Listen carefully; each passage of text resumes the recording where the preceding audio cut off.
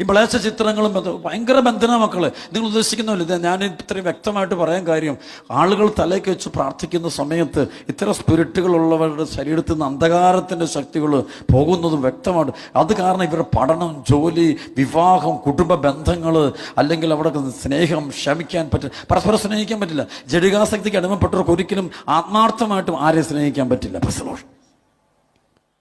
ജഡികാസക്തിക്ക് അടിമപ്പെട്ട ഒരു വ്യക്തിക്ക് ഭാര്യയ്ക്ക് ഭർത്താവിനെയോ ഭർത്താവിന് ഭാര്യയോ ആത്മാർത്ഥമായിട്ട് മനസ്സുകൊണ്ട് സ്നേഹിക്കാൻ പറ്റില്ല.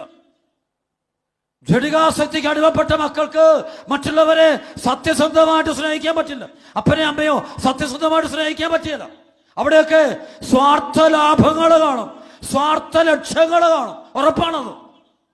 ചതിക്കാൻ വേണ്ടി, വഞ്ചിക്കാൻ വേണ്ടി സ്നേഹമോ, ദുരുപയോഗിക്കാൻ വേണ്ടി സ്നേഹമോ, സ്വന്തമാക്കാൻ വേണ്ടി, ശരീര സുഖത്തിന് വേണ്ടി സ്നേഹം. അതുകൊണ്ട് മക്കളുടെ മാരക പാപമോ ആണ് ആത്മാവ്. ഞാനൊക്കെയുണ്ട് ഈ ബൈബിൾ ചരിത്രം പഠിക്കുമ്പോൾ വിശുദ്ധ ജോൺ മരിയ വിയാനി ഞായറാഴ്ച ദിവസങ്ങളിൽ വിശുദ്ധ കുർബാന അർപ്പിച്ചിട്ട് ജനത്തോട് കുർബാന മത്തി പ്രസംഗിക്കുമായിരുന്നു പറഞ്ഞത്.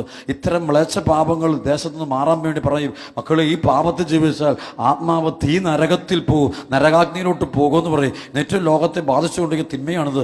ലോക കുടുംബങ്ങൾ, സമൂഹങ്ങളൊക്കെ ഉണ്ട്, ടൂറിസ്റ്റ് കേന്ദ്രങ്ങളൊക്കെ ഉണ്ട്. ഇത്തരം തിന്മകൾ അതിൻ്റെ മാക്സിമത്തിൽ കൂടുക, ആ കൂടിയിട്ട് അതോടെ കൃപ മുഴുവൻ. പിന്നെ കുഞ്ഞുങ്ങൾക്ക് അപകടങ്ങൾ, അനർത്ഥങ്ങളൊക്കെ വരും. നമ്മൾ പോകുന്ന വഴിയിൽ അപകടങ്ങളുണ്ട്, രോഗങ്ങളുണ്ടാവും, പറയാൻ പറ്റില്ല. കൃപ നഷ്ടപ്പെട്ട് പോയ പിന്നെ ഉണ്ടല്ലോ എന്ത് അപകടങ്ങൾ എന്നെ നടന്ന് സംഭവിക്കാൻ സാധ്യത വേറെയുണ്ട്. കൈയടിച്ച് കർത്താവ് നന്ദി പറഞ്ഞ മക്കൾ പോര പോര പോര പോര പോര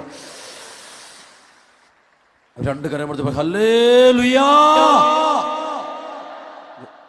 യേശുവേ നന്ദി. ചില അനർത്ഥങ്ങളൊക്കെ കുടുംബങ്ങളൊക്കെ സംഭവിക്കുമ്പോഴേ അത് ഒക്കെ ഇതെല്ലാം ദൈവത്തിൻ്റെ പദ്ധതിയായിട്ട് നമ്മൾ എടുക്കണം. എല്ലാ സഹനങ്ങളും ദൈവഹിത പ്രകാരം എടുക്കണം എന്നൊക്കെ നമ്മൾ പറയും. തീർച്ചയായിട്ടും അങ്ങനെ തന്നെ പറഞ്ഞു കൊടുക്കുകയും ചെയ്യണം. ദൈവത്തിനെക്കുറിച്ച് പദ്ധതി ഉണ്ടെന്നൊക്കെ സഹനങ്ങളൊക്കെ വരുമ്പോൾ നമ്മൾ എല്ലാവരോടും പറയാറുള്ളത് അങ്ങനെ തന്നെയാണ്, എല്ലാം ദൈവത്തിൻ്റെ പദ്ധതിയാണ്. പക്ഷേ ചില അനർത്ഥങ്ങളുണ്ടല്ലോ, ആ അനർത്ഥങ്ങളൊന്നും സംഭവിക്കാൻ പാടില്ലാത്ത പ്രസിലോഷ് അതിൻ്റെ പിന്നിൽ കൃപ എന്തോ എവിടെയോ ഒരു കൃപയുടെ കുറവ് വരുന്നുണ്ട്, അഭിഷേകത്തിൻ്റെ കുറവുണ്ടാകുന്നുണ്ട്. സർവ്വത്തെ പറഞ്ഞേ ഹല്ലേലൂയാ. അതിന് കാരണം മാത്രമല്ല ഈ അശുദ്ധി, തിന്മയുടെ കൊണ്ട് എളിമ, മാക്സിമം വിശുദ്ധിക്ക് വേണ്ടി പരിശ്രമിക്കുക.